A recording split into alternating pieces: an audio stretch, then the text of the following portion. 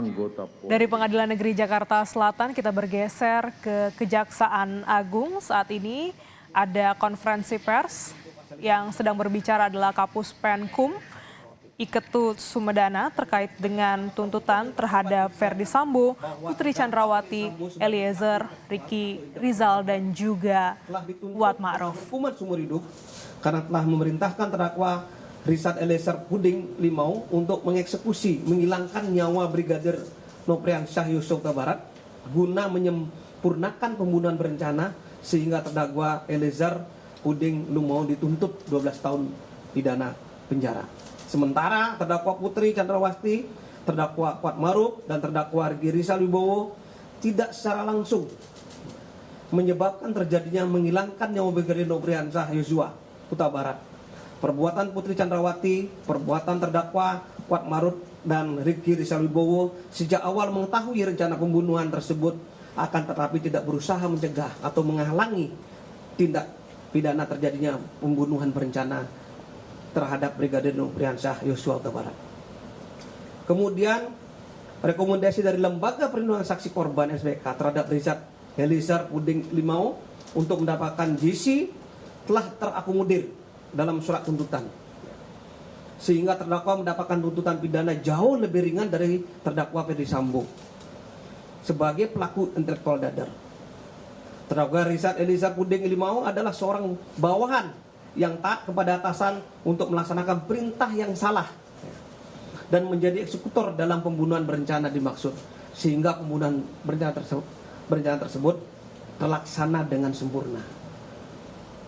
Bahwa kasus pembunuhan berencana bukanlah termasuk yang diatur dalam pasal 28 ayat 2 huruf A Undang-Undang RI nomor 31 tahun 2015 tentang perlindungan saksi dan korban, yang pokoknya tidak, yaitu yang akan diungkap merupakan tindak pidana dalam kasus tertentu yang juga tidak termasuk dalam edaran Mahkamah Agung nomor 4 tahun 2011 ya, termasuk kasus tertentu yang disebut ya, yaitu antara lain ini disebut di dalam surat edaran Mahkamah Agung nomor 4 2011 ya, tindak pidana korupsi, tindak pidana terorisme, tindak pidana narkotika dan tindak pidana pencucian uang, perdagangan orang maupun tindak pidana lainnya yang bersifat terorganisir. Dalam undang-undang ini dan surat edaran Mahkamah Agung ini memang tidak secara tegas dijelaskan bahwa pembunuhan berencana apakah masuk dalam kategori yang harus diberikan justice collaborator. Kemudian deliktum yang dilakukan oleh tindak pidana Eliezer Richard Eliezer Puding Limau sebagai eksekutor, yakni pelaku utama, bukanlah sebagai penguak fakta hukum. Jadi dia bukan penguak mengungkapkan suatu fakta hukum yang pertama, justru keluarga korban ya, itu menjadi bahan pertimbangan. Tapi beliau adalah sebagai pelaku utama, sehingga tidak dapat dipertimbangkan juga sebagai yang harus mendapatkan justice collaborator.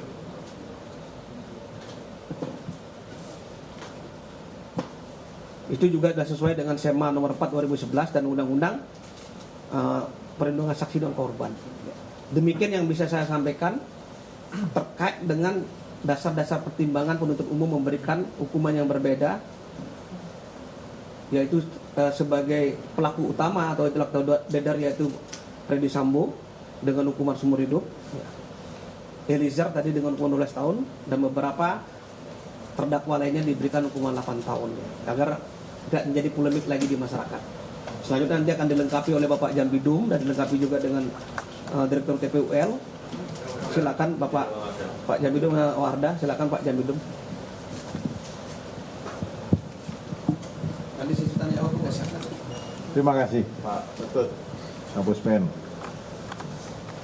Kawan-kawan media yang saya hormati, saya yang pertama sudah berterima kasih kepada kalian semua yang telah hadir di kantor kami di Kejaksaan Agung Republik Indonesia. Apa yang disampaikan Pak Ketut itu resume dari apa yang telah saya sampaikan pada beberapa media kemarin. Saya berturut-turut sampai jam 8:30 malam kemarin. Kenapa saya sampaikan itu? Supaya tidak bias ini. Ini penegakan hukum. Sesuai dengan kewenangan diatur dalam hukum acara pidana. Tugas kami melakukan pembuktian dan proses penuntutan itu. Proses pembuktian itu sesuai dengan ketentuan acara pidana bahwa jaksa membuktikan sesuai dengan ketentuan KUHP 183, 180 KUHP bahwa jaksa telah memperoleh alat bukti yang cukup untuk melakukan penuntutan, untuk menuntut seseorang di depan persidangan. Itu diatur KUHP. Yang saya ingin sampaikan sebetulnya kepada saudara-saudara kita di seluruh Indonesia, hormatilah kewenangan penuntutan itu. Kami mewakili masyarakat, pemerintah, dan negara. Kewenangan itu diberikan kepada Jaksa Agung sesuai dengan Undang-Undang Kejaksaan 11 tahun 2021. Berwenang melakukan penuntutan terhadap semua tindak pidana. Ini garis bawah. Ini kewenangan kami. Dan dalam melaksanakan kewenangan itu kami diatur di samping undang-undang juga berapa peraturan perundang-undangan dalam melaksanakan kewenangan tadi. Dalam menentukan tinggi rendah tuntutan pidana ada aturannya. Itulah yang saya pakai. Saya mengendalikan itu. Ada aturannya. Bukan kita asal-asalan. Ini proses penuntutan dilakukan secara arif dan bijaksana. Kami mendengar, kami melihat, kami mempertimbangkan semua hal terkait proses penuntutan perkara ini.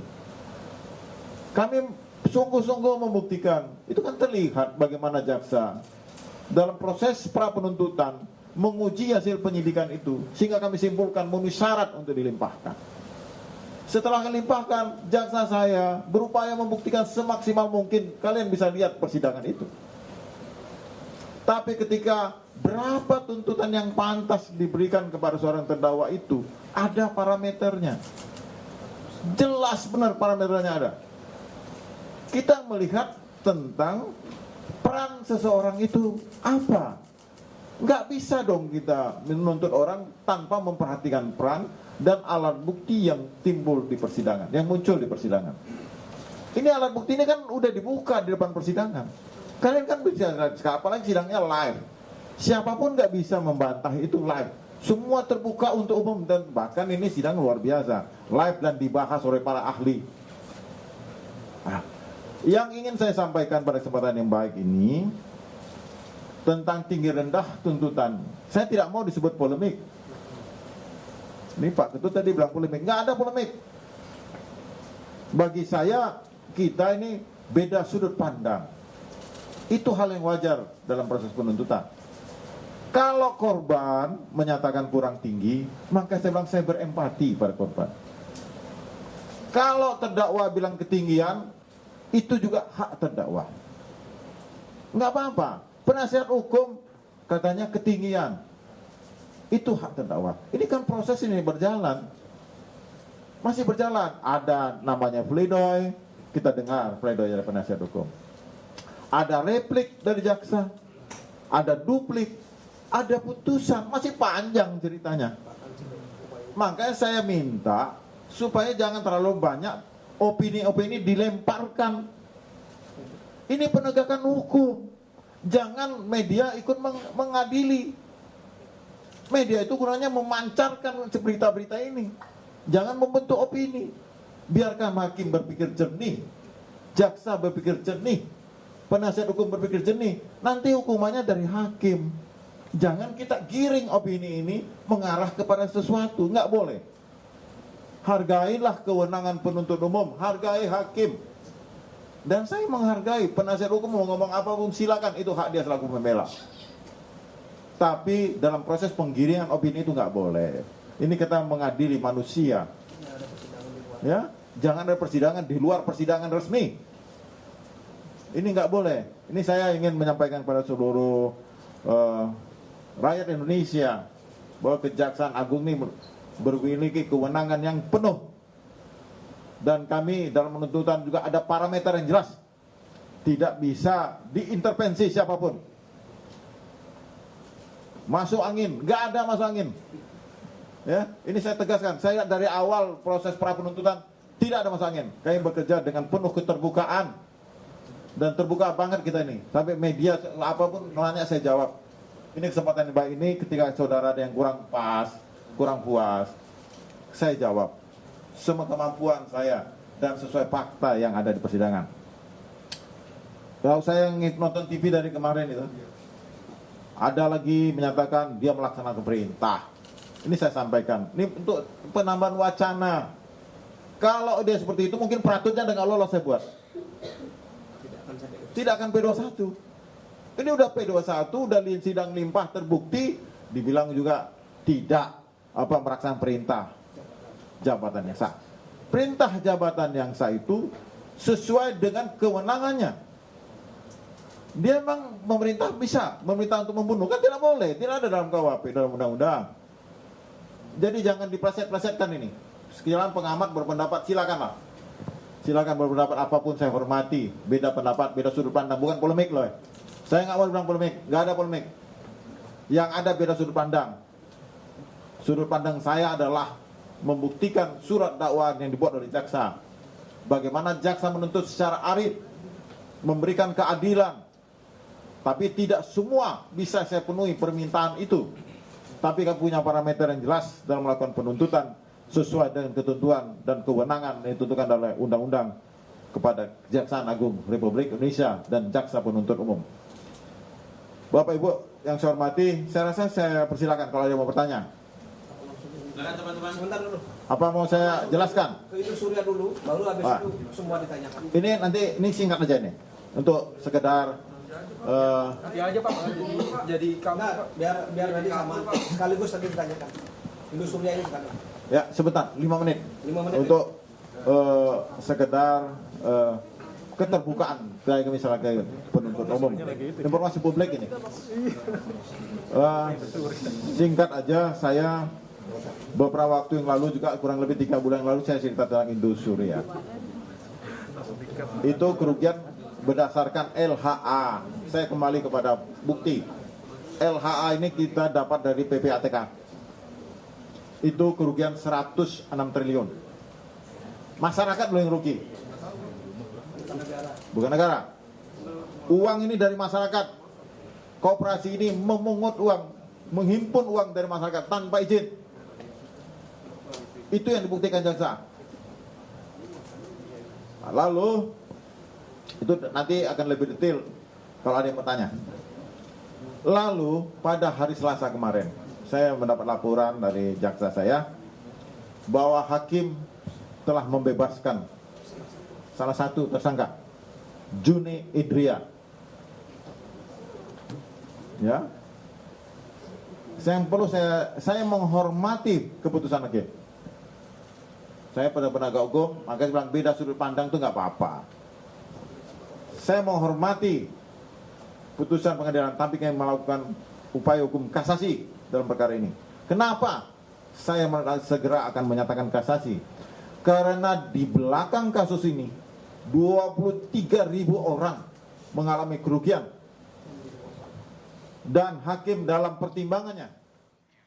Saudara, baru saja kita ikuti pernyataan dari Jaksa Agung Muda Tindak Pidana Umum Fadil Zumhana terkait dengan tuntutan terdakwa pembunuhan Yosua, yaitu Ferdi Sambo, Putri Chandrawati, Richard Eliezer, Kuat Ma'ruf, dan Ricky Rizal.